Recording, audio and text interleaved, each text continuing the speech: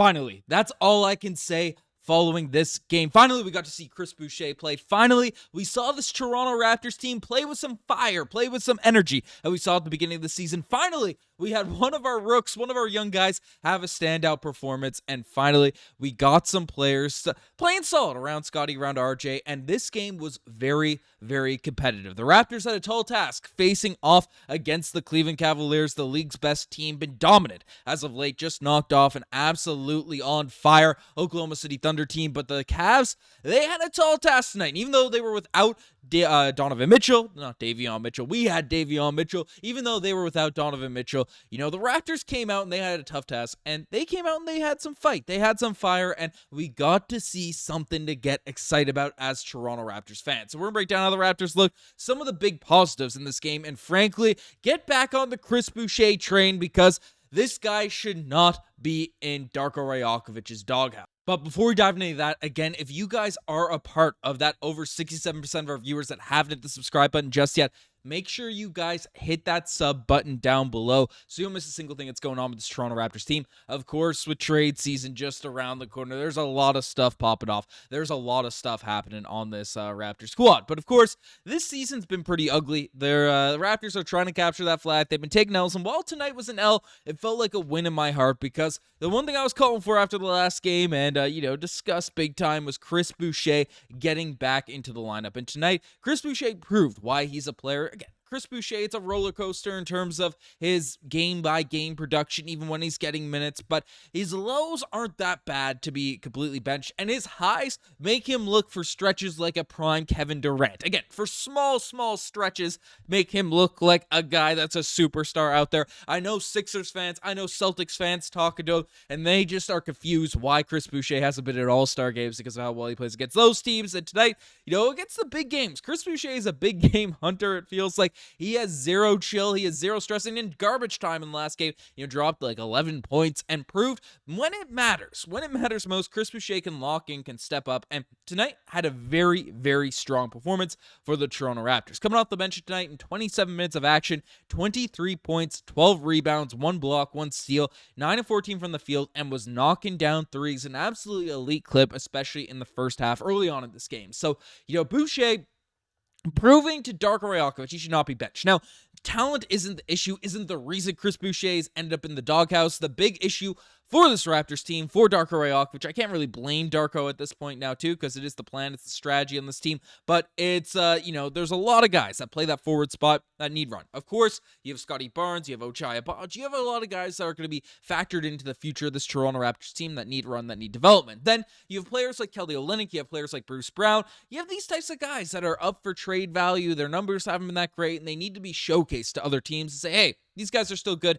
Give the Toronto Raptors some second-round picks, right? That's what Masai, Ujiri, Darko Rajaković, all these guys are doing in order to get these guys. And of course, that can only happen if these guys are playing, if they're getting minutes, if they're getting opportunities. And obviously, Jonathan Mobo, different guys out there on the roster, on the lineup, young development pieces. They're going to be a part of the future Jamison battle. Of course, are not with the team currently at this point. So there's a lot of people, a lot of personalities, a lot of things that have to be taken into account with the rotations for the Toronto Raptors. And it's a tough task for Darko Rajaković. This man should not be judged on wins and losses and those types of things. He has been criticized to death by Raptors Twitter, in our comments, and Reddit, all these different places. And again, sure, you can be critical, but people saying to be fire the guy and stuff, this is a tough situation. It is a tough thing to manage, but the front office is different priorities, so you can't play your top guys and all these different stuff that's going on, and the players seem to like Darko, so he's handling it well enough.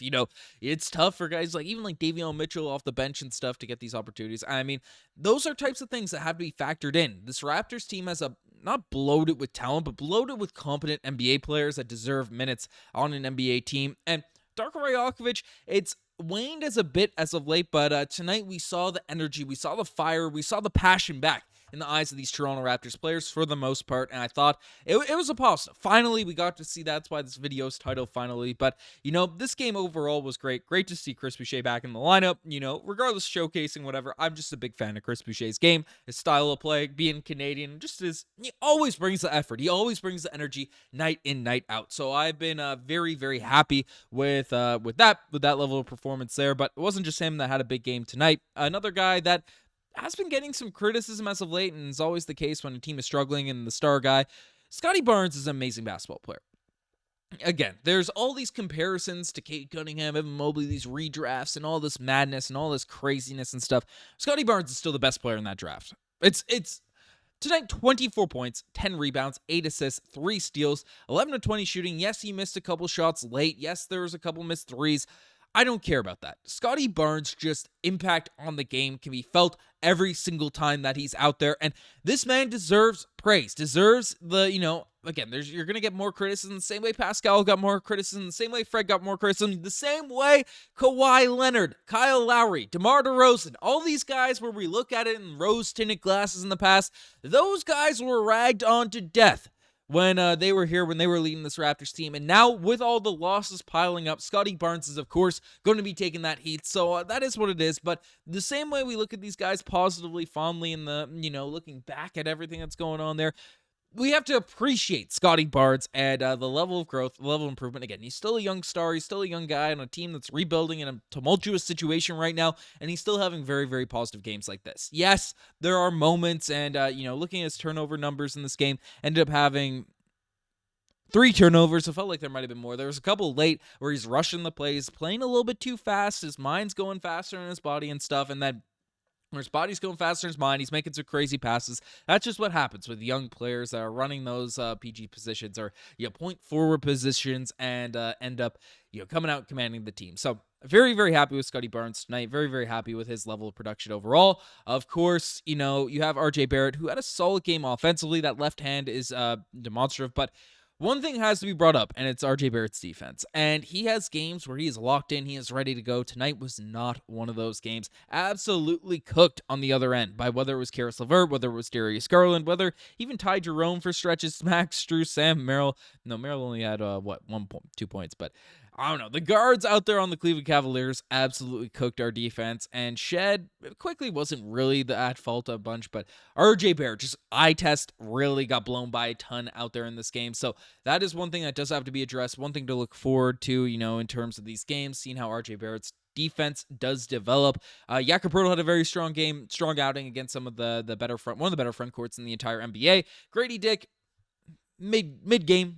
His minutes are slowly dwindling now. Chris Boucher got a brunt of the minutes off the bench, and we saw the rooks, and Jacoby Walter still had an average game tonight, but I do want to give some praise to Jamal Shead, who had 15 points, 3 assists, 6 of 7 shooting, 3 of 3 from the three-point line, but really, because of course, rookies, they're going to have roller coasters, and that's what happens with young players. That's just kind of the reality of what's going on with these types of guys. But Jamal Shead, after taking so much heat, so much criticism, so much just online madness after a stretch of some tougher games as of late, I saw a lot of the fan base starting to turn on the 45th pick in this year's recent NBA draft, a rookie that has been outstanding over the course of this season. The Shed heads weren't a part of this hate spree. They weren't a part of this. We know it's an up and down season. We know the highs and lows that are going to come with young players developing, and tonight was just a testament to the calmness, the level-headedness, the maturity from our rookie, from Jamal Shead out here now at this point. Want to give a lot of praise to the level of just poise he had coming up against,